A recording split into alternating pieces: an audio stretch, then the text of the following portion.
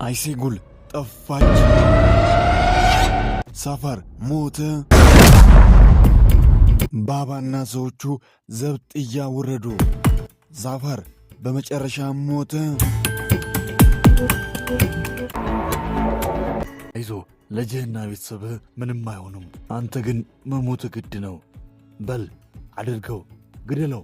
ሳፋር በተኩስ ልውውጡ መሃል ድንገት ወድሎ ይመታል። እንደምንም ብሎ የተኮሰበትን ሰው ላይ ተኩሶ ይገለዋል። ነገር ግን አሁንም በድጋሚ በሌላ ጥይት ይመታል። እንደገና የመጨረሻ አቅሙን ተጠቅሞ የተኮሰበት ሰው ላይ ተኩሶ ይገለዋል።